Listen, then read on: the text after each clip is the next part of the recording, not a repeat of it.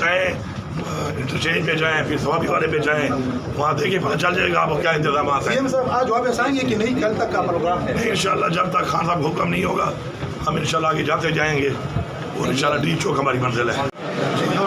آپ اسلام آباد جا رہے ہیں, کیا کہیں گے سر کیا کریں گے؟ سب کو یہ پیغام ہے, مرضیں جو ہے نا مرضیں بہادروں کا مقرار ہوتی ہیں.